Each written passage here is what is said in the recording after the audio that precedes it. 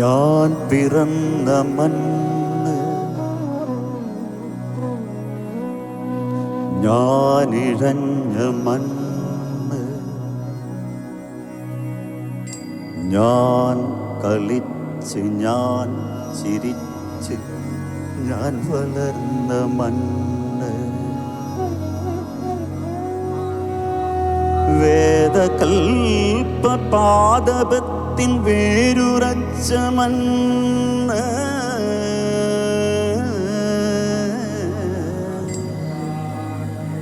ധ്യാനശക്തി ജ്ഞാനശക്തി ഞാനറിഞ്ഞ മണ്ണ്,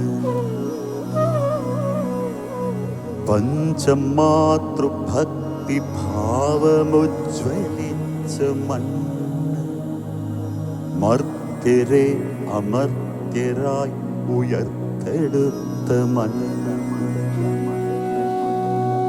എന്റെ മണ്ണിതാനിതിന്റെ പുണ്യമെന്തു ചൊല്ലുക, എന്റെ മണ്ണിൽ അന്യരില്ല അനൈക്യമില്ലൊരിക്കലും, ഞാൻ പിറന്ന മണ്ണ്, ഞാനിഴഞ്ഞ മണ്ണ്, ഞാൻ കളിച്ച് ഞാൻ ചിരിച്ച് ഞാൻ വളർന്ന മണ്ണ്.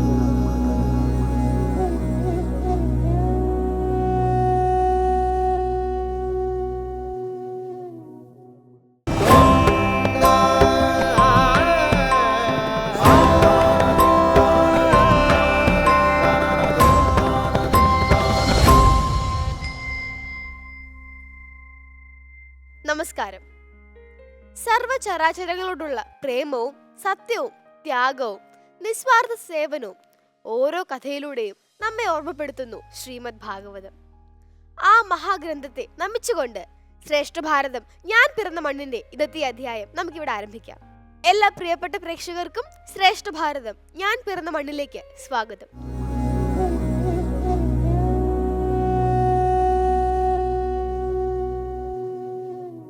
അറിവിന്റെ ഉത്സവവേദിയായ ശ്രേഷ്ഠ ഭാരതം ഞാൻ പിറന്ന മണ്ണിന്റെ ഇന്നത്തെ ആചാര്യസഭയെ നമുക്ക് പരിചയപ്പെടാം. സ്വാമി വിവേകാമൃതാനന്ദപുരി, കോഴിക്കോട് മാതാ അമൃതാനന്ദമയി ആശ്രമം മഠാധിപതി. ഡോക്ടർ അലക്സാണ്ടർ ജേക്കബ് സർ, മുൻ DGP. Doctor PV Viswanathan Namboothiri sir, Kottayam Baselios കോളേജിലെ മുൻ സംസ്കൃത പ്രൊഫസർ. ഡോക്ടർ ലക്ഷ്മി ശങ്കർ, സംസ്കൃത വിഭാഗ അധ്യക്ഷ, ശ്രീകൃഷ്ണ കോളേജ്, ഗുരുവായൂർ. ഇന്ന് ശ്രേഷ്ഠ ഭാരത വേദിയിൽ ഒരു പ്രഭാഷണമാണ് ആദ്യം അരങ്ങേറാൻ പോകുന്നത്. ശ്രീമദ് ഭാഗവതത്തിനെ ആസ്പദമാക്കിയിട്ടുള്ള ഒരു കഥാസന്ദർഭത്തെക്കുറിച്ചുള്ള ഈ പ്രഭാഷണത്തിലൂടെ പ്രഭാഷകന്റെ കാഴ്ചപ്പാടും അതുപോലെ തന്നെ ആനുകാലിക പ്രസക്തിയുള്ള വിഷയങ്ങളെക്കുറിച്ചും നമ്മൾ ചർച്ച ചെയ്യുന്നു. പ്രഭാഷണം അവതരിപ്പിക്കാനായി ഈ വേദിയിലേക്ക് എത്തുന്നത് സദ്ഗുരു ശ്രീ മാതാ അമൃതാനന്ദമയി ദേവിയുടെ കുഞ്ഞുമക്കളിൽ ഒരാളായ ശ്രീദേവാണ്. കൊല്ലം പുതിയകാവ് അമൃത വിദ്യാലയത്തിലെ 10ാം ക്ലാസ് വിദ്യാർത്ഥിയായ ശ്രീദേവാണ് ഇന്ന് വചനാമൃതത്തിലൂടെ നമുക്ക് മുമ്പിൽ വരുന്നത്. പാഠ്യവിഷയങ്ങളിൽ ഉന്നത വിജയം കൈവരിക്കുന്ന ശ്രീദേവ് ചിട്ടയായ ഗീതാപഠനത്തിലൂടെയും വേദപഠനത്തിലൂടെയും ജീവിത വിജയം കൈവരിക്കുവാൻ പരിശ്രമിക്കുകയാണ്. നമുക്ക് സ്വാഗതം ചെയ്യാം ശ്രീദേവിനെ.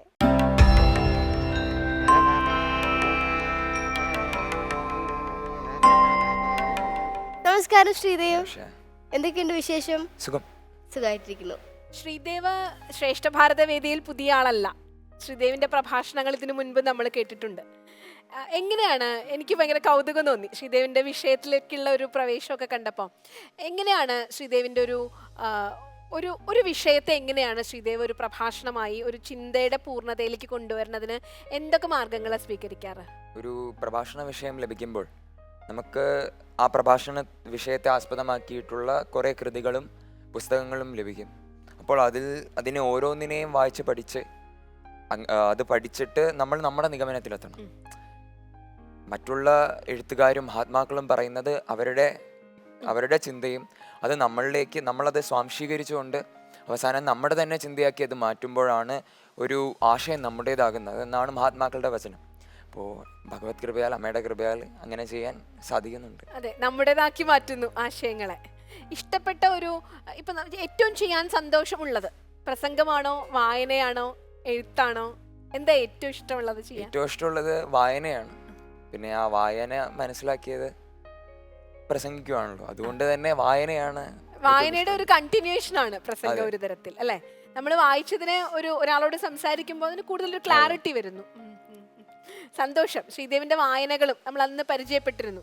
ശ്രീദേവിന്റെ വായനകളും ശ്രീദേവിന്റെ ചിന്തയും ഒക്കെ ഒരു നമ്മുടെ ഒരു മഹാത്മാക്കളുടെ ട്രഡീഷൻ അനുസരിച്ചാ ഞാൻ മനസ്സിലാക്കിയത് അനുസരിച്ചാണെങ്കിൽ അമൃതപ്രാണഹ ശ്രീരാമകൃഷ്ണ രഥഃ, അല്ലേ?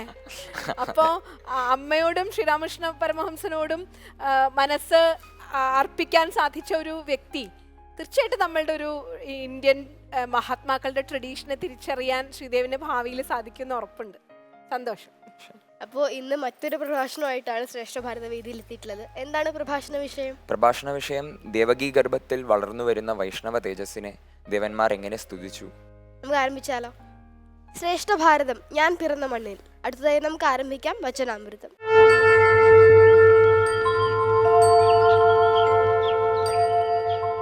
ഓം അമൃതേശ്വരിയെ നമഃ. വസുദേവർക്കും ദേവകിക്കും ആദ്യം പിറന്ന 6 ശിശുക്കളെ കംസൻ വധിച്ചു. ദേവകിയുടെ 7ാമത്തെ ഗർഭം അലസിപ്പോയി. ഇതാ ദേവകിക്ക് 8ാമത്തെ പ്രാവശ്യം ഗർഭമുണ്ടായിരിക്കുന്നു. കഴിഞ്ഞ 7 പ്രാവശ്യം പോലെയല്ല. ദേവകിക്കും വസുദേവർക്കും പ്രതിദിനം തേജസ് കൂടിക്കൊണ്ടുവരുന്നത് കംസൻ ശ്രദ്ധിച്ചു. ഇത് അന്ന് വസുദേവരുടെയും ദേവകിയുടെയും വിവാഹ ദിനത്തിൽ മുഴങ്ങിയ അശരീരിയിൽ കേട്ട എൻ്റെ അന്തകന്റെ വരവ് തന്നെ കംസൻ ഉറപ്പിച്ചു. കംസൻ ഉണ്ണുമ്പോഴും ഉറങ്ങുമ്പോഴും നടക്കുമ്പോഴും ഇരിക്കുമ്പോഴും എല്ലായ്പ്പോഴും ഒരു ചിന്ത മാത്രം മനസ്സിൽ വീണ്ടും വീണ്ടും പ്രതിധ്വനിച്ചു. അന്തകൻ ഇതാ ദേവകിയിൽ വന്നിരിക്കുന്നു. രാവും പകലും ഭഗവാനെ ചിന്തിച്ച് ചിന്തിച്ച് ഈ ജഗത്ത് മുഴുവൻ ഭഗവന്മയമായി തീർന്നു കംസന്. ഒരിക്കൽ ബ്രഹ്മാവ്, രുദ്രൻ, ഇന്ദ്രൻ തുടങ്ങിയ ദേവതകളെല്ലാം ദേവകിയുടെ അരികിൽ വന്ന് ഗർഭത്തിൽ വളർന്നു വരുന്ന ഗർഭഗത വിഷ്ണുവിനെ സ്തുതിച്ചു. അല്ലയോ ഭഗവാനെ, അവിടുന്നാണ് ഈ ജഗത്തിന്റെ സൃഷ്ടിക്കും സ്ഥിതിക്കും ലയത്തിനും കാരണം. അവിടുത്തെ തൃപ്പാദത്തെ ആശ്രയിച്ച അവിടുത്തെ ഭക്തരായ ജ്ഞാനികൾ ഈ സംസാരത്തെ വെറുമൊരു കാലിക്കുളമ്പ് കടക്കുന്ന ലാഘവത്തോടെ നിഷ്പ്രയാസം കടക്കുന്നു. അങ്ങയിൽ രഥന്മാരായ ഭക്തന്മാർ പ്രതിബന്ധങ്ങൾക്ക് വഴി കൊടുക്കാതെ പ്രശ്നങ്ങളുടെ തലയ്ക്കുമേൽ ചവിട്ടി അവയെ നിഷ്പ്രയാസം തരണം ചെയ്യുന്നു. മനസ്സിനും ബുദ്ധിക്കും ആധാരമായ അങ്ങയെ സൂക്ഷ്മബുദ്ധിയാൽ മാത്രമേ അറിയാൻ കഴിയൂ. സാധാരണ മനസ്സുകൾക്ക് അവിടുത്തെ അനന്തമായ മഹിമയും പ്രഭയും അജ്ഞാതമാണ്. എന്നിരുന്നാലും അവിടുത്തെ കൃപയാൽ സാധന അനുഷ്ഠിക്കുന്ന ഭക്തൻ അവിടുന്ന് തന്നെ സ്വമഹിമയെ വെളിപ്പെടുത്തുന്നു. അവിടുത്തെ ഈ ജനനം ലീലയ്ക്ക് വേണ്ടി മാത്രമാണ്. ജനനവും മരണവും നിലനിൽപ്പുമെല്ലാം അങ്ങയിൽ മായയാൽ കൽപ്പിതങ്ങൾ മാത്രമാണ്. സത്യവ്രതം സത്യപരം ത്രിസത്യം സത്യസ്യ യോനിം നിഹിതം ച സത്യേ സത്യസ്യ സത്യം ഋതസത്യനേത്രം സത്യാത്മകം ത്വാം ശരണം പ്രപന്നാഃ. ത്രികാലങ്ങളിലും അവസ്ഥാത്രയങ്ങളിലും മാറ്റമില്ലാതെ നിലകൊള്ളുന്നതാണ് സത്യം. മാറുന്ന പ്രപഞ്ചത്തിൽ മാറ്റമില്ലാതെ നിലനിൽക്കുന്ന പ്രപഞ്ചത്തിന്റെ ആധാരമാണ് സത്യം. ഗീതയിൽ പറയുന്നു, നാസതോ വിദ്യതേ ഭാവോ നാഭാവോ വിദ്യതേ സതഃ ഉഭയോരപി ദൃഷ്ടോന്തഃ ത്വനയോസ്തത്വദർശിഭിഃ. അസത്തിന് ഒരിക്കലും നിലനിൽപ്പില്ല, സത്തിന് നിലനിൽപ്പ് ഇല്ലാതാകുന്നുമില്ല. എന്നും നിലനിൽക്കുന്നതാണ് സത്ത് എന്നർത്ഥം. ഇവ രണ്ടിൻ്റെയും യാഥാർത്ഥ്യങ്ങളെ തിരിച്ചറിയുന്നവനാണ് യഥാർത്ഥ തത്വദർശി. സത്യസാക്ഷാത്കാരമാണ് ഭാരതത്തിന്റെ മുഖമുദ്ര. ഭാഗവതം ആരംഭിക്കുന്നത് തന്നെ സത്യം പരം ധീമഹി എന്നു പറഞ്ഞുകൊണ്ടാണ്. ഈ സത്യമാണ് ദേവകിയുടെ ഗർഭത്തിൽ വളർന്നു വരുന്നത് എന്നാണ് യോഗീശ്വരന്മാരുടെ അഭിപ്രായം. ഈ സത്യസ്വരൂപനെ സാക്ഷാത്കരിക്കുന്നത് ദുർലഭമാണ്. ഗീതയിൽ പറയുന്നു, അവജാനന്തി മാം മൂഢാ മാനുഷീം തനുമാശ്രിതം പരം ഭാവമജാനന്തോ മമ ഭൂതമഹേശ്വരം. സർവഭൂതങ്ങളുടെയും മഹേശ്വരനായ സത്യമായ എന്നെ മൂഢാത്മാക്കൾ തിരിച്ചറിയുന്നില്ല. എന്നെ വെറുമൊരു മനുഷ്യനായി കരുതി അവരെന്നെ അനാദരിക്കുന്നു. ഈ സത്യത്തെ അറിയാൻ നമുക്ക് വേണ്ടത് ചിത്തശുദ്ധിയാണ്. ചിത്തശുദ്ധിയുള്ളവന്റെ ഹൃദയത്തിൽ ഈ സത്യം പ്രകാശിക്കും. എത്ര തപസ്സും ജപവും സാധനയനുഷ്ഠിച്ചാലും ചിത്തം ശുദ്ധമല്ലാത്തവന്റെ ഹൃദയത്തിൽ ഈ സത്യം വെളിപ്പെടില്ല. ഗീതാചാര്യൻ പറയുന്നു, യദന്തോപ്യകൃതാത്മാനോ നൈനം പശ്യന്ത്യ ചേതസഃ. അന്ധകരണ ശുദ്ധിയില്ലാത്ത അവിവേകികൾ എത്ര പ്രയത്നിച്ചാലും ഈ സത്യത്തെ കാണുന്നില്ല. സത്യസാക്ഷാത്കാരമാണ് മാനവജന്മത്തിന്റെ ഉദ്ദേശം തന്നെ. ഈ സത്യത്തെ സാക്ഷാത്കരിക്കാൻ മനഃശുദ്ധിയേകണേ എന്ന് എൻ്റെ ഗുരുവായ അമ്മയുടെ പാദങ്ങളിൽ പ്രാർത്ഥിക്കുന്നു. ഓം അമൃതേശ്വരി നമഃ.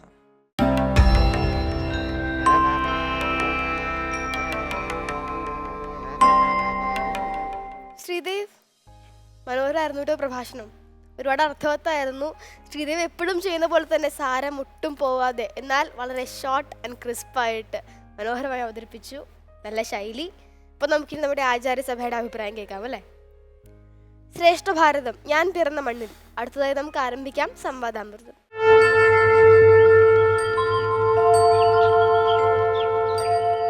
ശ്രീദേവിന്റെ പ്രഭാഷണം ഈ ഭഗവാനെ സ്തുതിച്ച, ഗർഭാവസ്ഥയിലുള്ള ഭഗവാനെ ദേവന്മാർ സ്തുതിച്ച സ്തുതിയുടെ ആശയത്തെ മുഴുവൻ നമുക്ക് മനസ്സിലാക്കി തന്നു. പ്രധാനപ്പെട്ട ആശയം ഈ ഗർഭാവസ്ഥയിൽ ആരാണ് എന്ന് തിരിച്ചറിഞ്ഞുകൊണ്ട് വേദാന്ത തത്വജ്ഞനായ, പ്രപഞ്ചകാരണമായ, പ്രപഞ്ചസത്യമായ, മായാതീതനായ ഭഗവാൻ തന്നെയാണ് ഈ ദേവകി ഗർഭത്തിലുള്ളത് എന്ന് തിരിച്ചറിയുന്ന തരത്തിലുള്ള ഭഗവാന്റെ വിശേഷണങ്ങളാണ് അവിടെ കവി ഉപയോഗിച്ചിട്ടുള്ളത് മുഴുവനും. ശ്രീദേവി പറഞ്ഞ ആശയം കൃത്യമായി സത്യസ്വരൂപനായിട്ടാണ് ഭഗവാനെ അവിടെ സ്തുതിക്കുന്നത്. ത്രികാല അബാധ്യമായ, 3 കാലത്തിലും ബാധിക്കാത്ത സത്യസ്വരൂപനായിട്ട്. ഒരു തരത്തിൽ ഇതൊരു ഒരു ധ്യാനമാണ്. നമ്മൾ ഏതെങ്കിലും ഒരു ആശയത്തെ, ഏതെങ്കിലും ഒരു ചിന്തയെ, ഏതെങ്കിലും ഒരു മൂല്യത്തെ, സത്യം ഇവിടെ മൂല്യം എന്നതിനൊക്കെ അപ്പുറത്ത് പ്രപഞ്ചധാരകമായ ഒരു ഊർജമായിട്ടാണ് നാം മനസ്സിലാക്കേണ്ടത്. ആ ആശയത്തെ മനനം ചെയ്ത് ഭഗവാനെ മനനം ചെയ്യുക എന്ന് പറഞ്ഞാൽ ഭഗവത് സ്വരൂപത്തെ, അപ്പൊ സത്യത്തെ മനനം ചെയ്താൽ, നമ്മൾ എപ്പോഴും പറയില്ലേ, ജീവിതത്തിൽ ഒന്ന് ഏറ്റവും ശക്തമായ ഒരു ആദർശമായി ഉൾക്കൊണ്ടു കഴിഞ്ഞാൽ ബാക്കിയൊക്കെ അതിൻ്റെ പിന്നാലെ സംഭവിക്കും. അപ്പോൾ ഭഗവാനെ ഇവിടെ നാം മനസ്സിലാക്കേണ്ടത് പ്രപഞ്ചത്തിന്റെ സത്യം, പ്രപഞ്ചത്തിന്റെ രഹസ്യം തേടി പോകുന്ന ഒരു സാധകന്റെ മുന്നിൽ ഭഗവാൻ പ്രപഞ്ച സത്യമാണ് എന്ന്, ഉള്ളതാണ്, ഉണ്മയാണ് എന്ന് തിരിച്ചറിയാൻ സാധിക്കുന്നു. ഈ ഉള്ള വസ്തുവിനെ, ഈ നാസത്തോ വിദ്യത്തെ ഭാവം എന്നൊക്കെ പറഞ്ഞ ആശയങ്ങളിലൂടെ ഉള്ള വസ്തുവിനെ കൂടുതൽ അവബോധത്തോടെ തിരിച്ചറിയാനാണ് ഈ സ്തുതി നമ്മളെ സഹായിക്കുന്നത്. ദേവകിയെ ദേവന്മാരെല്ലാവരും ലോകജനനി എന്ന് വാഴ്ത്തുന്നുണ്ട് ഇവിടെ. ഭഗവാനെ തൻ്റെ ഗർഭത്തിൽ ധരിക്കാൻ കഴിഞ്ഞ അമ്മ എത്രയോ സാധനയിലൂടെ ആയിരിക്കാം അങ്ങനെ ഒരു പുണ്യം നേടിയിട്ടുണ്ടാവുക. അപ്പോൾ ഒരു സത്യസാധന, തപസ് ഒരു വ്യക്തിയെ, അത് സ്ത്രീ ആയാലും പുരുഷനായാലും ഒരു വ്യക്തിയെ എല്ലാ ഉദരങ്ങളിലും ഒരു ഭഗവാൻ പിറവിയെടുക്കുന്നുണ്ട്, എല്ലാ ശരീരങ്ങളിലും ഒരു ഭഗവത് അംശം പിറവിയെടുക്കുന്നുണ്ട്. പക്ഷെ നമ്മൾ പലപ്പോഴും അതിനെ തിരിച്ചറിയുകയോ അതിനെ മനസ്സിലാക്കുകയോ ചെയ്യുന്നില്ല. അപ്പോൾ ഭഗവാനെ സ്വീകരിക്കുന്നതിനുള്ള ശരീരവും മനസ്സും സജ്ജമാക്കിയെടുത്ത ഒരു അമ്മയെ കൂടി അവിടെ സ്തുതിക്കുന്നുണ്ട്. ദേവന്മാർ പറയുന്ന ഒരു ആശയമുണ്ട്, ഭഗവാന് വേണമെങ്കിൽ ഈ ലോകത്തിന്റെ ദുഃഖമോ ഈ ലോകത്തിലെ അനീതികളൊക്കെ, അധർമ്മമൊക്കെ സങ്കല്പം കൊണ്ട് മാറ്റാമായിരുന്നു.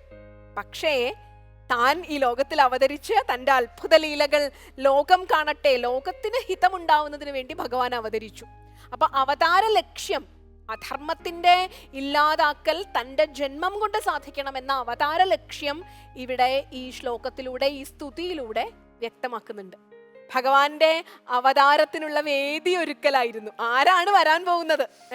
ഈ വരാൻ പോകുന്നത്, ദേവകിയുടെ 8ാമത്തെ പുത്രനായി വരാൻ പോകുന്നത് കേവലം ഒരു മനുഷ്യനല്ല, ആരാണ് വരാൻ പോകുന്നത് എന്ന് നമ്മളെപ്പോലുള്ള സാധകർക്ക് മുൻകൂട്ടി അറിവ് നൽകുകയായിരുന്നു ഇവിടെ ഋഷിമാർ ചെയ്തത്. സ്വാമിജി, ഈ ആശയത്തെ എങ്ങനെയാണ് ഞങ്ങൾക്ക് മനസ്സിലാക്കി തരുന്നത്? അവതാരത്തെ സംബന്ധിച്ച് നോക്കിയാൽ ഈശ്വരന് ജനനവും മരണമൊന്നും ഇല്ലല്ലോ. ജനന മരണങ്ങളില്ലാത്ത ആ സത്യവസ്തു ജന്മം കൊണ്ടു എന്ന് പറയണമെങ്കിൽ അത് പറയുന്നത് സ്വമായയാൽ, മായയെ സ്വീകരിച്ചുകൊണ്ടാണ്. ഒരു ശരീരമുള്ളവനെ പോലെ നമ്മുടെ മുമ്പിൽ വരികയാണ്. ഈ സാധാരണ ഈ ലോകത്ത് നമ്മൾ കാണുന്നത്, ഒരു ഗർഭത്തിൽ ഒരു ശിശു ഉണ്ടാകുന്നത് പുരുഷൻ്റെ ബീജവും സ്ത്രീയുടെ അണ്ടവും ചേർന്നിട്ട് ആണ് ഉണ്ടാകുന്നത്. എന്നാൽ ഒരു അവതാരത്തെ സംബന്ധിച്ച് അങ്ങനെയല്ല എന്നാണ് പറയുന്നത്. സ്വന്തമായിട്ട് നിശ്ചയിച്ച് വരികയാണ്, ലീലയ്ക്കായിട്ട് വരികയാണ്. പൂർണ്ണമായിട്ടും അവബോധത്തോടുകൂടി വരുന്ന ഒന്നാണ് ഈ അവതാരം എന്ന് പറയുന്നത്. ഇറങ്ങി വരിക എന്നാണ് അർത്ഥം. പൂർണ്ണമായ അവബോധത്തോടുകൂടി താൻ എന്തിനു വരുന്നു, താൻ എന്തൊക്കെ ഇവിടെ ചെയ്യണം, എപ്പോഴാണ് മടങ്ങേണ്ടത്, ഇതെല്ലാം പൂർണ്ണമായ ആ ഒരു ബോധം ഉൾക്കൊണ്ടുകൊണ്ട് ജന്മമെടുക്കുന്നു. ജനനം സ്വയം സ്വീകരിക്കുകയാണ്, ശരീരം സ്വീകരിക്കുകയാണ്. എപ്പോൾ പോകണമെന്നൊക്കെ സ്വയം നിശ്ചയിക്കപ്പെട്ടതാണ് അവിടെ. അപ്പം അങ്ങനെയാണ് അവതാരം സങ്കല്പിക്കുന്നത് ഭാരതത്തെ സംബന്ധിച്ച്. സ്വാമി വിവേകാനന്ദനൊക്കെ പറയുന്നുണ്ട്, അദ്ദേഹം പോലും ശരിക്കും പറഞ്ഞാൽ ഈശ്വരാംശം, ഈശ്വര കോടിയിൽപ്പെടുന്ന ഒന്നായിട്ട് പറയുന്നുണ്ട്. അപ്പം അദ്ദേഹം പറയുന്നുണ്ട്, എന്നെപ്പോലെ ഒരാളെ പ്രസവിക്കാൻ വേണ്ടിയിട്ട് എൻ്റെ അമ്മ അവരുടെ ദേഹത്തെയും ശരീരത്തെയും മനസ്സിനെയും ബുദ്ധിയെയും എല്ലാം എത്രയോ മന്ത്രങ്ങളാൽ വ്രതങ്ങളാൽ പരിശുദ്ധമാക്കി എന്നാണ്. ആ ഗർഭപാത്രത്തിലാണ് അങ്ങനെയുള്ളൊരു ജീവൻ ജന്മം കൊള്ളുന്നതെന്നാണ്. അപ്പോൾ ഒരു അവതാരം ജന്മം കൊള്ളണമെങ്കിൽ എന്തുമാത്രം ഒരു പരിശുദ്ധ അന്ധക്കരണത്തിൽ മാത്രമേ അങ്ങനെ ഒരു ജന്മം സംഭവിക്കുകയുള്ളൂ. അപ്പോൾ ദേവകി എന്ന് പറഞ്ഞു കഴിഞ്ഞാൽ ഒരു പരിശുദ്ധ അന്ധക്കരണമാണ്. അപ്പോൾ ഈ ദേവകിയുടെ മനസ്സെവിടെയുണ്ടോ അവിടെ ഭഗവാന്റെ ജന്മം സംഭവിച്ചിരിക്കും എന്നുള്ളതാണ്. ഹൃദയം, സകല ഹൃദയങ്ങളും ഗർഭപാത്രങ്ങളാണ്, മനുഷ്യൻ്റെ എല്ലാ ഹൃദയം, അത് പുരുഷനായാലും സ്ത്രീയായാലും. അവിടെ ഭഗവാന്റെ ജനനം കൊള്ളുന്നുണ്ട്. അതിനെ പുറത്തേക്ക് കൊണ്ടുവരിക, ആ ജന്മത്തെ നമുക്ക് മനസ്സിലാക്കണമെന്നുണ്ടെങ്കിൽ നമ്മുടെ ഹൃദയം പരിശുദ്ധ അന്ധക്കരണം നേടിയിരിക്കണം എന്നുള്ളതാണ്. അപ്പോൾ ഈ സ്തുതിയിലൂടെ ദേവന്മാർക്കറിയാം, ദേവന്മാർക്ക് മനസ്സിലാവുന്നുണ്ട് ഇത് പരമ്പൊരുളാണ് അവതരിച്ചിരിക്കുന്നത്. അപ്പോൾ ദേവന്മാരുടെ സ്വാത്വികമായ മനസ്സ്, സൂക്ഷ്മമായ മനസ്സുള്ളവർക്ക് മാത്രമേ അതിനെ തിരിച്ചറിയാനുള്ള ശക്തിയുള്ളൂ. അപ്പോൾ ഇതെല്ലാം ലീലയായിട്ട് കണ്ട് പ്രപഞ്ച നാടകത്തിലേക്ക് വരികയാണ്. ആ നാടകമാണ് നമ്മളെ ബോധ്യപ്പെടുന്നത്. പിന്നെ ഈ അധർമ്മത്തെ ഇല്ലാതാക്കൽ മാത്രമല്ല ഒരു അവതാരത്തിൻ്റെ ഉദ്ദേശം എന്ന് പറയുന്നത്, തൻ്റെ ലീലകളിലൂടെ സകല ജീവജാലങ്ങളെ ആകർഷിക്കാനുള്ളൊരു പ്രത്യേക ശക്തി. ഈ ഉപനിഷത്തൊക്കെ പറയുന്ന പോലെയല്ല ഭാഗവതത്തിൽ പറയുന്നത്. ഇവിടെ എല്ലാ വികാരങ്ങളെയും ഈശ്വരനിലേക്ക് തിരിച്ചു വിട്ടു കഴിഞ്ഞാൽ അത് തനിക്ക് പരമമായ തന്മയീഭാവം ഉണ്ടായിക്കഴിഞ്ഞാൽ അത് കംസനും ഭയം കൊണ്ട് തന്മയീഭാവം ഉണ്ടായി എന്നാണ്. കംസൻ കണ്ണാടി നോക്കുമ്പോൾ കംസൻ കാണുന്നത് കൃഷ്ണനെയാണ്, തന്നെയല്ല കാണുന്നതെന്നാണ് പറയുന്നത്. അപ്പോൾ സാധാരണ നമ്മൾ നോക്കിയാൽ നമ്മുടെ ഫേസിലേ കാണുന്നുണ്ട്. കംസൻ നോക്കുമ്പോൾ കാണുന്നത് ഭഗവാനെയാണെന്നാണ്, കംസനെയല്ല കാണുന്നത്. കാരണം അത്രയും ഭയം കൊണ്ട് സകല സ്ഥലത്തിലും വിഷ്ണുമയമായി തീർന്നു എന്നാണ്. അപ്പം ആ ഒരു ഭാവത്തിലേക്ക് നമുക്ക് ഏതെങ്കിലും ഒരു വികാരം കൊണ്ട് എത്തിച്ചേരാൻ സാധിക്കുമെങ്കിൽ അവിടെ ഈ വികാരങ്ങൾക്ക് സ്ഥാനമില്ല. വികാരങ്ങളൊക്കെ നമ്മൾ റോക്കറ്റ് കൊണ്ടുപോയിട്ട് ശൂന്യാകാശത്തിൽ എത്തിക്കുന്ന പോലെയാണ്, അത് കത്തിക്കരിഞ്ഞു പോകും. ബാക്കി ആ ശൂന്യാകാശത്തിൽ ആ പേടകം അവിടെ നിൽക്കും. അതുപോലെയാണ് ആ വികാരങ്ങളെല്ലാം കത്തിച്ചാമ്പലാവും അഗ്നിയിൽ, ആ ജ്ഞാനാഗ്നിയിൽ കത്തിച്ചാമ്പലാവും. അതാണ് മനുഷ്യൻ മനസ്സിലാക്കേണ്ടതെന്നും ഈ സ്തുതിയിലൂടെ നമുക്ക് മനസ്സിലാക്കാം എന്ന് തോന്നുന്നു. സർ, ഭഗവാനെ ആദ്യമായി, ഭഗവാന്റെ ജന്മത്തിന് മുൻപേ ഭഗവാനെ ആദ്യമായി തിരിച്ചറിഞ്ഞുകൊണ്ടുള്ള ഒരു സ്തുതിയാണിത്. എങ്ങനെയാണ് ഭഗവത് സ്വരൂപത്തെ ദേവകൾ വ്യാഖ്യാനിക്കുന്നത്? ശ്രീമദ് ഭാഗവതത്തിൻ്റെ ദശമസ്കന്ധത്തിൽ ഭഗവാന്റെ അവതാര മാഹാത്മ്യത്തെ പ്രകീർത്തിക്കുമ്പോഴാണ് ദേവകി ഗർഭത്തിൽ പ്രവേശിച്ച വൈഷ്ണവ തേജസ്സിനെ ദേവന്മാർ സ്തുതിക്കുന്നത്. സ്വാമിജി പറഞ്ഞ പോലെ ഈ പ്രപഞ്ചസത്യമായ ഈശ്വരസത്തയ്ക്ക് വാസ്തവത്തിൽ ജന്മമരണങ്ങളൊന്നുമില്ല. ഓരോ രൂപങ്ങൾ മാറി മാറി സ്വീകരിക്കുന്നതിന് ജന്മമരണം എന്ന് വേണേൽ വിളിക്കാം. അല്ലാതെ മാറ്റങ്ങളുണ്ടാകുക മാത്രമേ ഉള്ളൂ. എല്ലായിടത്തും നിറഞ്ഞു നിൽക്കുന്നത് കൊണ്ട് ഓരോ വസ്തുക്കളിലും ഓരോ ഭാവത്തിൽ നിലനിൽക്കുന്നു. ആ വഴിയിൽ ഇവിടെ ഗർഭാശയത്തിലും പ്രവേശിച്ചു, കുറച്ച് കഴിയുമ്പോൾ പുറത്തു വരും, പിന്നെ മറ്റേതെങ്കിലും ഗർഭത്തിലേക്കും. ഇതാണ് അവസ്ഥ. വസുദേവരെയും ദേവകിയെയും കാരാഗൃഹത്തിൽ നിബന്ധിച്ച് കഴിയുമ്പോൾ വൈഷ്ണവ തേജസ്സിൻ്റെ ഒരു അതിമനോഹരമായ ഒരു ശക്തി, ഒരു തേജസ്, ഒരു പ്രകാശമാണ് ദേവകിയുടെ ഗർഭത്തിലേക്ക് പ്രവേശിക്കുക. ഇത് കണ്ടപ്പം വ്യാസൻ പറയുന്നുണ്ട്, ജ്ഞാനഖലേ യഥാ സരസ്വതി എന്ന്. ഈ ദേവകി, കംസന്റെ കാരാഗൃഹത്തിൽ അകപ്പെട്ട ദേവകി വഞ്ചകന്മാരുടെ കയ്യിൽ അകപ്പെട്ട വിദ്യ പോലെയായിപ്പോയി. ജ്ഞാനഖലേ സരസ്വതി, ജ്ഞാനം ഖലന്മാരുടെ കയ്യിൽ അകപ്പെട്ട ഒരു സരസ്വതി എങ്ങനെയാണോ അവിടെ നിന്ന് ശോഭിക്കും. പക്ഷേ അപ്പോൾ അതിന് പുറത്തേക്ക് അവിടെ പ്രകാശിക്കാൻ പറ്റില്ല. കാരണം ഖലൻ്റെ ഉള്ളിലിരിക്കാനേ പറ്റുള്ളൂ. അങ്ങനെയാണ് ദുഷ്ടന്മാരുടെ കയ്യിൽ അകപ്പെടുന്ന വിദ്യ. അങ്ങനെയാണ് ഇതുപോലെയാണ് ഈ തേജസ് അവിടെ പ്രകാശിച്ചതെന്ന് വ്യാസൻ അതിമനോഹരമായ ഒരു ഉപമാനത്തെ കൂടി പറയും. അത് വാസ്തവത്തിൽ എന്താണ്? ജ്ഞാനപ്രകാശമാണ്, സത്യപ്രകാശമാണ്. ഭാഗവതം തുടങ്ങുന്നതും സത്യം പരം ധീമഹി എന്ന് ശ്രീദേവി പറഞ്ഞു. ഇവിടെയും ദേവന്മാരുടെ സ്തുതിയിലും അതാണ്. സത്യവ്രതം, സത്യപരം, ത്രിസത്യം എന്ന് പറയുമ്പോൾ സത്യപരം. സത്യപരം എന്ന് വെച്ചാൽ പരമമായ സത്യം എന്നാണ്. അപ്പം പരമമായ സത്യം എന്ന് പറഞ്ഞാൽ പരമമല്ലാത്ത സത്യം ഇല്ലേ എന്നൊരാശങ്ക ഉണ്ടാവാം. ഉണ്ട്. അതുകൊണ്ടാണ് പരമസത്യം എന്ന് പറഞ്ഞത്. 3 വിധത്തിൽ സത്യം ഉണ്ടാകാം: വ്യാവഹാരികം, അതുപോലെ ആപേക്ഷികം, അതേപോലെ പാരമാർത്ഥികം എന്ന്. മറ്റ് 2 സത്യങ്ങളെ മാറ്റി നിർത്തിക്കൊണ്ട് തന്നെ പറയാൻ വേണ്ടിയിട്ടാണ് പരമമായ സത്യം എന്ന് വിശേഷം കൊടുക്കാൻ കാരണം. വ്യാവഹാരിക സത്യം ഈ പ്രപഞ്ചത്തിൽ ഇഷ്ടം പോലെയുണ്ട്. പേര് മാത്രമേ ഉള്ളൂ, പദാർത്ഥം നമുക്ക് കാണാൻ കിട്ടില്ല. കുതിരക്കൊമ്പ്, അതിന് പേരേ ഉള്ളൂ, അങ്ങനെ വസ്തുവില്ല. അത് വ്യാവഹാരിക സത്യമാണ്. വ്യവഹാരത്തിന് മാത്രമേ ഉള്ളൂ കുതിരക്കൊമ്പ്, കാണാൻ പറ്റത്തില്ല. അങ്ങനത്തെ കുറേ പദാർത്ഥങ്ങളുണ്ട്, അതിന് വ്യാവഹാരിക സത്യം എന്ന് പറയും. കാരണം നമ്മൾ ആ വാക്കുച്ചരിക്കുന്നതിന് സത്യം മാത്രമേ അതിനുള്ളൂ, അതിൻ്റെ അപ്പുറത്തില്ല. പിന്നെയുള്ളത് ആപേക്ഷിക സത്യമാണ്, അല്ലെങ്കിൽ പ്രാതിഭാസിക സത്യം എന്ന് പറയാം. അത് ഈ പ്രപഞ്ചം മുഴുവൻ അങ്ങനെയാണ്. എന്താണ്? ഈ അവിടെ മരുമരീചിക പോലെയാണ്.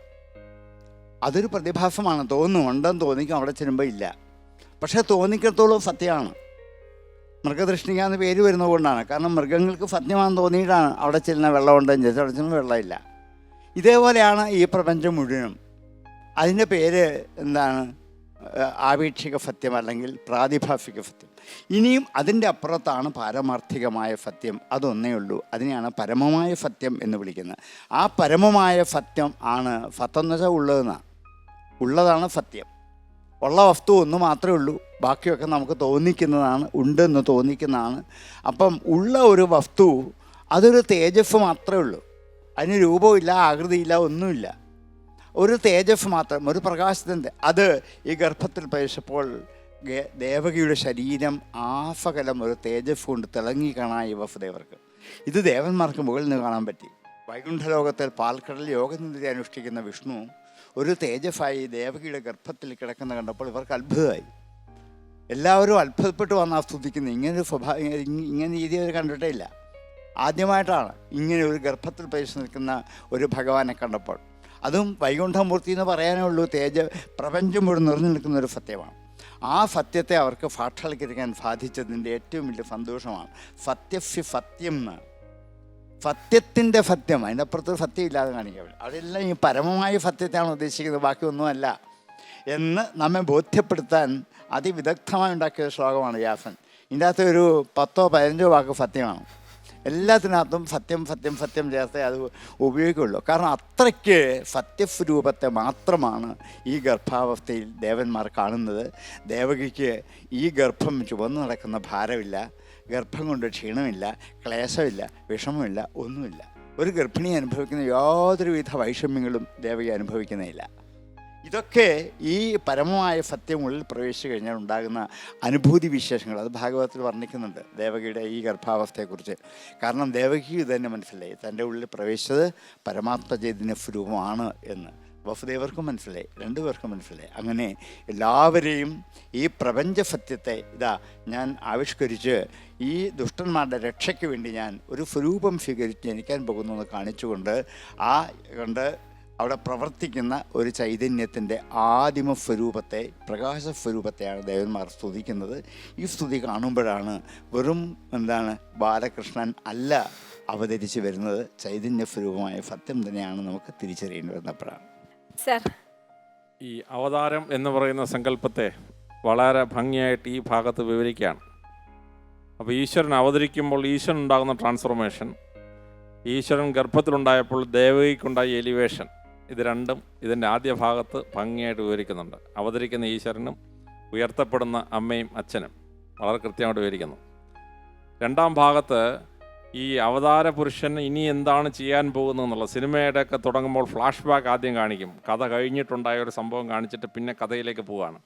അപ്പോൾ ഇവിടെ ഫ്ലാഷ് ബാക്ക് വളരെ കൃത്യമായിട്ട് ഇനി നടക്കാൻ പോകുന്നത് എന്താണ് എന്ന് മുൻകൂട്ടി കാണിച്ചിട്ടാണ് ഇവിടെ പറയുന്നത്. വളരെ ഭംഗിയായിട്ട് ഇനി എന്താണ് ഈ കുട്ടി ജനിച്ചു കഴിഞ്ഞാൽ ഈ ഭൂമിയിൽ സംഭവിക്കാൻ പോകുന്നത്. പിന്നെ ഗീതയിൽ പറയുന്ന പരിത്രാണയ സാധൂന വിനാശ ദുഷ്കൃതം ധർമ്മ സംസ്ഥാപനാർത്ഥം. അപ്പോൾ ഈ കുട്ടി ജനിച്ചു കഴിയുമ്പോൾ എങ്ങനെയാണ് സാധുക്കൾ സംരക്ഷിക്കപ്പെടുക, എങ്ങനെയാണ് ദുഷ്ടാത്മാക്കൾ നശിപ്പിക്കപ്പെടുക, എങ്ങനെയാണ് ഭൂമിയിൽ ധർമ്മം ഉണ്ടാവാൻ പോകുന്നത് വളരെ ഭംഗിയായിട്ട് എഴുതുന്നുണ്ട്. ഈ ഭാഗത്തു നിന്ന് കുറേ ഭാഗം പിന്നീട് ഉദ്ധരിക്കുന്നത് വെങ്കടേശ സുപ്രഭാതം എന്ന് പറയുന്ന കാവ്യത്തിലാണ്. MS സുബ്ബലക്ഷ്മി രാവിലെ റേഡിയോ തുറക്കുമ്പോൾ പാടുന്ന വെങ്കടേശ ചലപതിയെ സ്തുതിച്ചുകൊണ്ടുള്ള സ്തോത്രമുണ്ട്, കൗസല്യ സുപ്രഭാത എന്ന് പറഞ്ഞ് തുടങ്ങുന്ന ഭാഗം.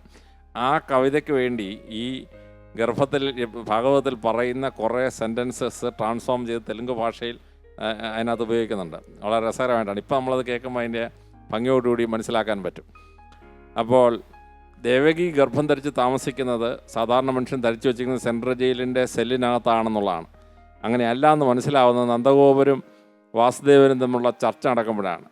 അവരെ ജയിലിനകത്ത് അല്ലിട്ടിരിക്കുന്നത്, ദേവർ അണ്ടർ ഹൗസ് അറസ്റ്റ്. അപ്പോൾ നന്ദഗോപർക്ക് പോകാം, സംസാരിക്കാം, തിരിച്ചു പോരാം. ഇവർക്ക് യാത്രാ സൗകര്യങ്ങൾ നിഷേധിക്കപ്പെട്ടിട്ടുണ്ടെന്നുള്ളതേ ഉള്ളൂ. അപ്പോൾ അങ്ങനെ ഒരു പ്രസന്നകത്തോട്ട് ദൈവം ജനിക്കാൻ പോവുകയാണ്. അപ്പോൾ അങ്ങനൊരു സ്ഥലം എന്തിനു തിരഞ്ഞെടുത്തു? Why this is going to happen? 5-ാം ഭാഗത്തിൽ ഫിസിക്കൽ ട്രാൻസ്ഫോർമേഷനാണ്. എങ്ങനെയാണ് ഈ ഫിസിക്കൽ ട്രാൻസ്ഫോർമേഷൻ ഉണ്ടാകുന്നത്? ഈശ്വരൻ അവതരിക്കുമ്പോൾ ഉണ്ടാകുന്ന ഫിസിക്കൽ ട്രാൻസ്ഫോർമേഷൻ, അത് ഭൂമിയിൽ ഉണ്ടാക്കുന്ന ട്രാൻസ്ഫോർമേഷൻ എന്താണ്? ആ ഫിസിക്സ് പഠിക്കുന്ന ഒരു കുട്ടിക്ക് വളരെ രസകരമാണ് ആ ട്രാൻസ്ഫോർമേഷൻ. സാർ നേരത്തെ പറഞ്ഞതുപോലെ പ്രകാശം എന്ന വാക്ക് തന്നെ, ലൈറ്റ് എന്ന വാക്ക് തന്നെ more than 20 times repeated during this shloka. അപ്പോൾ പ്രകാശം എന്താണെന്നുള്ളതിന് ക്ലാസിക്കൽ ഡെഫിനിഷനുണ്ട്, പ്രകാശം എന്താണെന്നുള്ളതിന് സ്പിരിച്വൽ ഡെഫിനിഷനുണ്ട്. ആ 2 ഡെഫിനിഷനും വളരെ കൃത്യമായിട്ട് റിപ്പീറ്റഡ് വേർഡ്സിലോട്ട് കൃത്യമായിട്ട് വരുന്നുണ്ട്. അപ്പോൾ വളരെ ഇൻഡെപ്തിലൊരു ഫിലോസഫി പഠിക്കുന്ന ഒരു കുട്ടിക്ക് ഇത് വായിക്കുമ്പോഴാണ് അതിൻ്റെ സാരാംശം മനസ്സിലാവുന്നത്. എന്തായാലും ദൈവം ഭൂമിയിൽ അവതരിച്ച് മനുഷ്യനെ രക്ഷിച്ചു, ഇതാ രക്ഷയുടെ കവാടങ്ങൾ തുറക്കപ്പെടുന്നു എന്ന വിശാലമായ സന്ദേശം ഇനി വരാൻ പോകുന്ന 90 അധ്യായങ്ങൾക്കും കൃത്യമായ ഒരു മുന്നോടിയാണ് 10-ാം അധ്യായം തുടങ്ങുമ്പോൾ ഭാഗവതത്തിൽ ഈ അവതാര രഹസ്യം പറഞ്ഞുകൊണ്ടുള്ള ഭാഗം. വളരെ രസകരമായ ഭാഗമാണ്. ശ്രീദേവ്, എങ്ങനെയാണ് ഈ ചർച്ചയെ ശ്രീദേവിൻ്റെ ആശയത്തിൽ കൺക്ലൂഡ് ചെയ്യുന്നത്? സാറ് പറഞ്ഞ പോലെ തന്നെ 4-ാമത്തെ അധ്യായത്തിൽ ഗീതയിൽ ഭഗവാൻ പറയുന്നു, യഥാ യഥാ ഹി ധർമ്മസ്യ ഗ്ലാനിർഭവതി ഭാരത. ധർമ്മത്തിന് ഗ്ലാനി സംഭവിക്കുമ്പോൾ ധർമ്മത്തെ രക്ഷിക്കാനും അധർമ്മത്തിനെ നശിപ്പിക്കാനും സാധുക്കളെ രക്ഷിക്കാനും ദുഷ്ടരെ നിഗ്രഹിക്കാനും ഭഗവാൻ അവതാരമെടുക്കുമെന്ന് ഭഗവാൻ പറയുന്നുണ്ട്. ഭഗവത് പുത്രരായ നമ്മൾ നമ്മുടെ സ്വരൂപത്തെ മറന്നുകൊണ്ട് ദുഃഖം അനുഭവിക്കുമ്പോൾ ഒരു അമ്മയുടെ വാത്സല്യമുള്ള ഭഗവാൻ എല്ലാം ഇട്ട് കളയുമ്പോൾ രാമക്ഷേമം പറയുന്ന പോലെ എല്ലാ കളിപ്പാട്ടും ഇട്ട് കഴിയുമ്പോഴത്തേക്ക് അങ്ങ് തന്നെ രക്ഷയാണെന്ന് പറഞ്ഞൊരു വ്യാകുലത വരുമ്പോൾ ആ ഭഗവാൻ രൂപം എടുക്കുന്നു, ഓടി വരുന്ന എടുക്കുമെന്നാണ് രാമക്ഷേമം പറയുന്നത്. അമ്മ പറയുന്ന ഒരു എക്സാമ്പിളുണ്ട്. ഒരു നദി ഒഴുകുകയാണ്, ഒരിടത്ത് ഒരു കിളി ഉണ്ട്, അപ്പുറത്തെ അടുത്താണ് അമ്മ. അപ്പോൾ ഈ കിളിക്ക് എന്തായാലും ഇതിൻ്റെ മുകളിൽ കൂടെ പറക്കാൻ കഴിയില്ല, കൊച്ചു കിളിയാണ്. ഈ കിളി എങ്ങനെ ആ സത്യത്തെ എത്തും? അപ്പോൾ അമ്മ പറയുന്നത്, ഈ വെള്ളം ഇത് കണ്ടൻസായി, അത് ഐസായിട്ട് അതിൻ്റെ മുകളിൽ കൂടെ കൊണ്ടുപോകും. പരമസത്യമാണ് ഇവിടുത്തെ ഈ നദി എന്ന് പറയുന്നത്.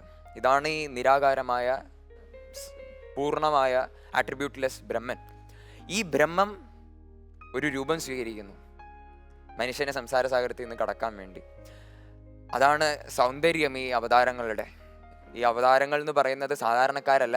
വിവേകാനന്ദ സ്വാമി പറയുകയാണ്, എവിടെയോ ഇല്ലാത്ത ഒരു ഈശ്വരനെ, ഞാൻ കാണാത്തൊരു ഈശ്വരൻ ഞാൻ എങ്ങനെ സ്നേഹിക്കും? ഈശ്വരൻ എന്ന് പറയുന്നതിന് ഓരോ മതങ്ങളും ഓരോ ഡെഫിനിഷൻ കൊടുക്കുന്നുണ്ട്. എല്ലാം ഒരേ ഡെഫിനിഷൻ ആണെങ്കിൽ തന്നെ ഈശ്വരൻ കരുണാമയനാണ്, ഈശ്വരൻ സകല ഗുണങ്ങളുടെയും കലവറയാണ്, ഇങ്ങനെയൊക്കെ പറയുമ്പോൾ ഞാൻ ആ ഈശ്വരനെ കണ്ടിട്ടില്ല. പക്ഷേ എനിക്ക് വേണ്ടി ഈ സത്യത്തെ പ്രചരിപ്പിക്കാൻ, ഈ സത്യത്തെ ദർശിപ്പിക്കാൻ വേണ്ടി വരുന്ന ഈ മഹാത്മാക്കളുണ്ടല്ലോ, ഞാൻ അവരെ നമസ്കരിച്ചില്ലെങ്കിൽ ഞാൻ ആരെ നമസ്കരിക്കുമെന്ന് വിവേകാനന്ദ സ്വാമി പറയുന്നുണ്ട്. മാത്രമല്ല, ഒരു അവതാരം ജനിക്കുമ്പോൾ ഈ അവതാരത്തിൻ്റെ ജന്മം ദിവ്യമാണ്, ഈ അവതാരത്തിൻ്റെ കൂടെ വരുന്നവർ ദിവ്യരാണ്, ജീവിതം ദിവ്യമാണ്, അന്ത്യവും ദിവ്യമാണ്. അവരുപയോഗിക്കുന്ന ശരീരം, അവരുപയോഗിക്കുന്ന വസ്ത്രങ്ങൾ, എന്തൊക്കെ ഫിസിക്കലായിട്ട് അവർ ഉപയോഗിക്കുന്നുണ്ടോ അതൊക്കെ ആ മഹാത്മാവിൻ്റെ സാമീപ്യത്താൽ അത് സുന്ദരമാകുന്നുണ്ട്, അത് ദിവ്യമാകുന്നുണ്ട്. മഹാത്മാവിൻ്റെ സാമീപ്യം ഇറ്റ്സ് എ കൂൾ ബ്രീസ് എന്ന് നമ്മ പറയും. അതൊരു ശീതളമായ കാറ്റാണ്. അതെല്ലാത്തിനെയും അതിൻ്റെ എന്താ പറയുകയാണ്, ഈ ദുഃഖത്തിൻ്റെ ഈ തീനെ അണയ്ക്കുന്ന ശീതളമായ കാറ്റാണ് മഹാത്മാവിൻ്റെ സാമീപ്യം. ഒരു കഥയും കൂടി പറഞ്ഞുകൊണ്ട് നിർത്താം. മഹാത്മാവ് എങ്ങനെയാണ് ആ മഹാത്മാവിൻ്റെ ജീവിതം ധന്യം എന്ന് പറയുന്ന ഒരു കഥ ശാരദാദേവിയുടെ ജീവചരിത്രത്തിൽ നമ്മൾ കാണുന്നുണ്ട്. ശാരദാദേവി ദേഹത്യാഗം ചെയ്തു, അമ്മയുടെ ശരീരത്തെ ദഹിപ്പിച്ചു. അപ്പോൾ അന്ന് ശാരദാനന്ദ സ്വാമികൾ, അദ്ദേഹം ആണ് അമ്മയുടെ നോക്കി നടത്തിയതും. ശാരദാനന്ദ സ്വാമി നാമം തന്നെ സാർത്ഥമാക്കുന്നത് പോലെ ശാരദാ ദേവിയിൽ ആനന്ദിച്ചാണ് സ്വാമി ജീവിച്ചിരുന്നത്. അപ്പോൾ അമ്മയുടെ ദേഹം ഇത് കഴിഞ്ഞിട്ടുള്ള ഇതുണ്ടല്ലോ, ചാരെന്ന് പറയാൻ പാടില്ല, ആ ദിവ്യമായ ദേഹം ചാരമായി തീർന്ന അതിനെ ഈ ഭക്തന്മാരെല്ലാവരും കൂടി എടുത്ത് വീട്ടിൽ പോയി പൂജിക്കാൻ തീരുമാനിച്ചു. അപ്പോൾ അവരെല്ലാവരും അമ്മയുടെ ആ ചാരം കുറച്ച് കയ്യിലെടുത്തപ്പോൾ ശാരദാനന്ദ സ്വാമി വളരെ ഒരു ഗൗരവത്തോടുകൂടി, ഗൗരവം കലർന്നൊരു ദേഷ്യത്തോട് പറഞ്ഞു, നിങ്ങളിത് എടുക്കുന്നത് കൊള്ളാം, കുഴപ്പമില്ല, പക്ഷേ ഈ ഇതുണ്ടല്ലോ അമ്മയുടെ ഈ അവശിഷ്ടത്തെ, ഈ ദിവ്യമായ അവശിഷ്ടത്തെ നിങ്ങൾ ദിവസവും ശരിയായി സിസ്റ്റമാറ്റിക് ആയിട്ട് പൂജിക്കാതെ വന്നാൽ നിങ്ങളുടെ കുലം നശിച്ചു പോകും. അപ്പോൾ എല്ലാ ഭക്തന്മാരും തിരിച്ച് അമ്മയുടെ അവിടെ തന്നെ കൊണ്ടുപോയിട്ടും അതങ്ങനെയാണ് രാമകൃഷ്ണദേവൻ്റെ ഇന്നിപ്പോൾ ബേലൂർ മഠം ഷൈനിൽ വെച്ചിരിക്കുന്ന അമ്മയുടെ. അതാണ് ഒരു ശരീരം അതിൽ നിന്നും ബഹിർഗമിച്ചത് നമുക്ക് തോന്നും. എന്താണ് ജീവാത്മാവ് പോയി, ആ ദേവി പോയി എന്ന് തോന്നിയെങ്കിലും ആ ശരീരം ദിവ്യമാണ്. അതുകൊണ്ട് ആ ദിവ്യമായ അവതാരങ്ങളെ, അവർ പഠിപ്പിച്ചവയെ, അവരുടെ സാമീപ്യത്തെ നമുക്ക് എല്ലാവർക്കും ഉണ്ടാകണമെന്ന് തന്നെയാണ് അമ്മയുടെ പ്രാർത്ഥന.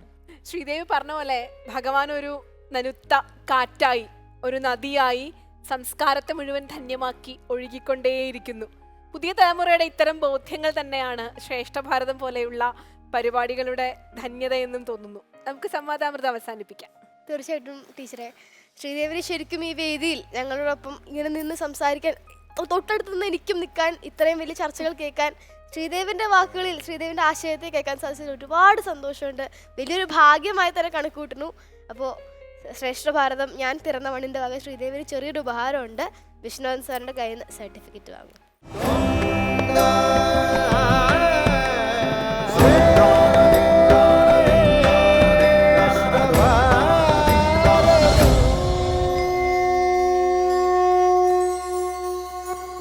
അപ്പോൾ ശ്രീദേവി ഒരിക്കൽ കൂടി ഒരുപാട് നന്ദിയുണ്ട്. ഞാൻ മുമ്പ് ഒരിക്കലും വന്നപ്പോൾ പറഞ്ഞിരുന്നു, ഈ ചെറുപ്രായത്തിൽ ഇത്രയും ജ്ഞാനവും വിവേകവും ഉള്ള ഒരു വ്യക്തിയാണെങ്കിൽ ഒരുപാട് വലുതാവണ്ട, കുറച്ച് വർഷങ്ങൾക്കുള്ളിൽ നമ്മുടെ ആചാര്യസഭയുടെ ഉള്ളിൽ തന്നെ ഇരിക്കാൻ ഏറ്റവും ആപ്റ്റായിട്ടുള്ള ഒരംഗമായിട്ട് മാറാൻ ശ്രീദേവിന് പറ്റും. ഇത്ര ചെറുപ്രായത്തിൽ തന്നെ ഇങ്ങനെ സംസാരിക്കാൻ പറ്റുകയാണ് എന്ന് പറയുമ്പോഴത്തേക്കും വിശ്വസിക്കാൻ പറ്റില്ല. സത്യം, ഇത്ര മനോഹരമായിട്ടാണ് സംസാരിക്കുന്നത്.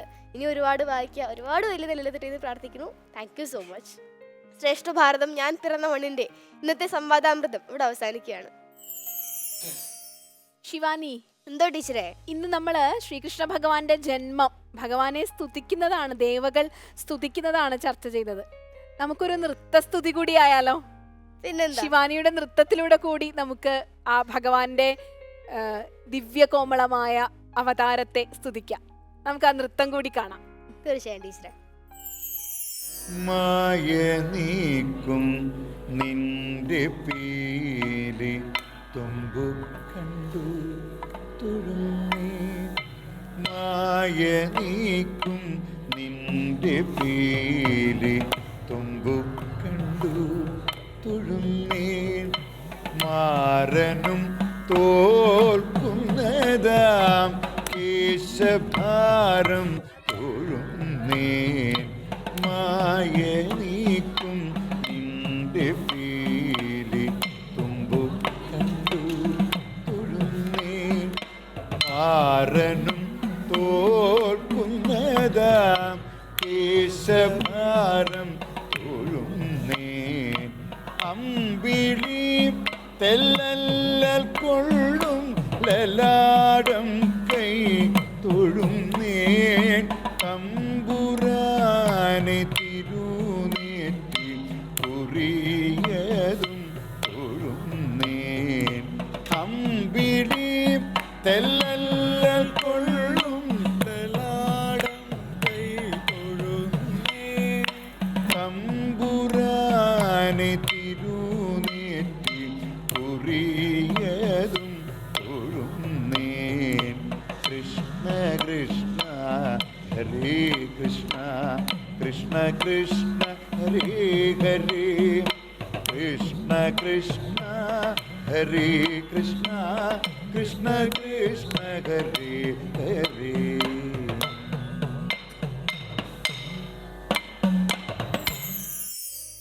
ശ്രേഷ്ഠ ഭാരതം ഞാൻ പിറന്ന മണ്ണിൽ അടുത്തതായി ധ്യാനാമൃതം.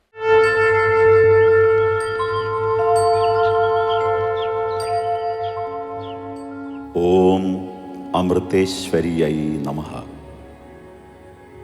അവരവരുടെ ഇരിപ്പിടങ്ങളിൽ നട്ടെല്ല് നിവർത്തി കണ്ണുകൾ അടച്ചിരിക്കുക. ശ്വാസത്തിൽ ശ്രദ്ധ കേന്ദ്രീകരിക്കുക. സാധാരണഗതിയിൽ ശ്വാസം എടുക്കുകയും വിടുകയും ചെയ്യുക. ബോധപൂർവം സ്വയം അറിഞ്ഞ് ശ്വസിക്കുക. ശ്വാസഗതിയുടെ താളം ശ്രദ്ധിക്കുക.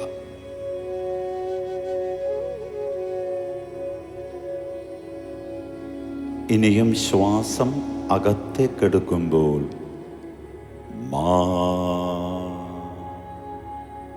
എന്ന ശബ്ദത്തിൻ്റെ തരംഗങ്ങൾ ശ്വാസത്തിൽ സ്പന്ദിക്കുന്നതായി ഭാവന ചെയ്യുക. ശ്വാസം പുറത്തേക്ക് വിടുമ്പോൾ ഓം എന്ന ശബ്ദത്തിൻ്റെ തരംഗങ്ങൾ ശ്വാസത്തിൽ സ്പന്ദിക്കുന്നതായി ഭാവന ചെയ്യുക. ശ്വാസം അകത്തേക്കെടുക്കുമ്പോൾ മാ, പുറത്തേക്ക് വിടുമ്പോൾ ഓ. ഈ ശബ്ദ തരംഗങ്ങൾ ശ്വാസഗതിക്കനുസരിച്ച് താളാത്മകമായി സ്പന്ദിക്കുന്നതായി മനസ്സുകൊണ്ട് ഭാവന ചെയ്യുക. മാ, ഓ,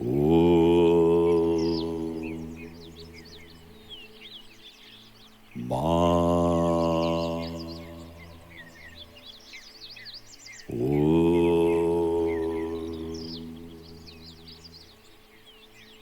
മാ, ഓ.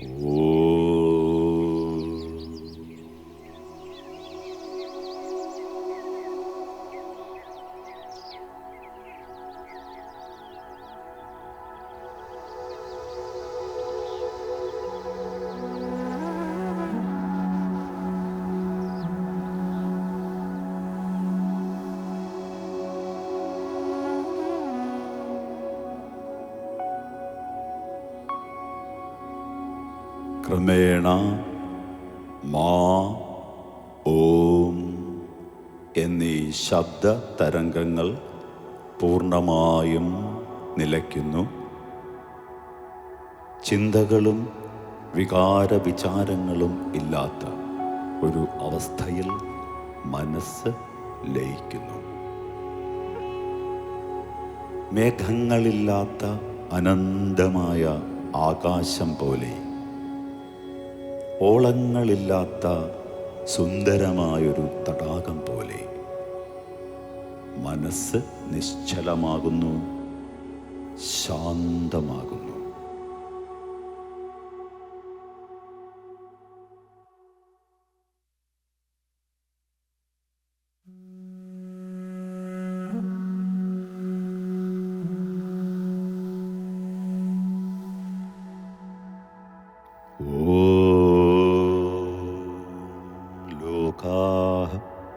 സമസ്താഃ സുഖിനോ ഭവന്തു.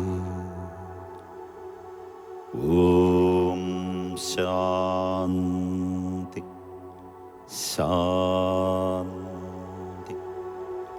ശാന്തി.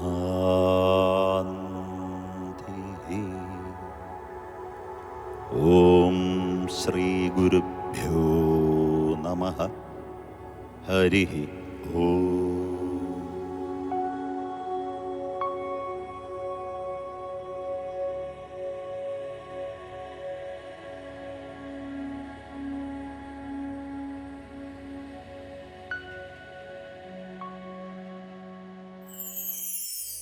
ശ്രേഷ്ഠ ഭാരതം, ഞാൻ പിറന്ന മണ്ണിന്റെ ഇന്നത്തെ അധ്യായം എല്ലാ പ്രിയപ്പെട്ട പ്രേക്ഷകർക്കും ഇഷ്ടപ്പെട്ടു എന്ന് കരുതുന്നു.